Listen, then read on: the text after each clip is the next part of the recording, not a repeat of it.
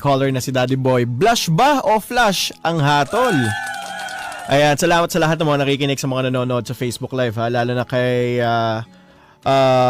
Raquel from Denmark and of course Jackie. Grabe, Denmark, may international na tayo ha. Kaya tuloy nyo lagi mga kabarangay ang pag-share ng Facebook Live natin para marami tayong maabot. Lalo na yung mga kabarangay yung buringot sa abroad na walang makasama. Pwede nilang mapanood ng programa. Okay? So nandito nagbabalik si Mami G. Hi Mami G. Hello po. Hello Daddy Boy. Hi, Papa. Ayan, so palakas ng boses Daddy Boy kasi magbabasa ako ng mga comments. Yes, Papa Bal. Magbabasa ako ng mga comments sa mga kabarangay natin dito. Meaning ko sa'yo, hindi siya masyado maganda.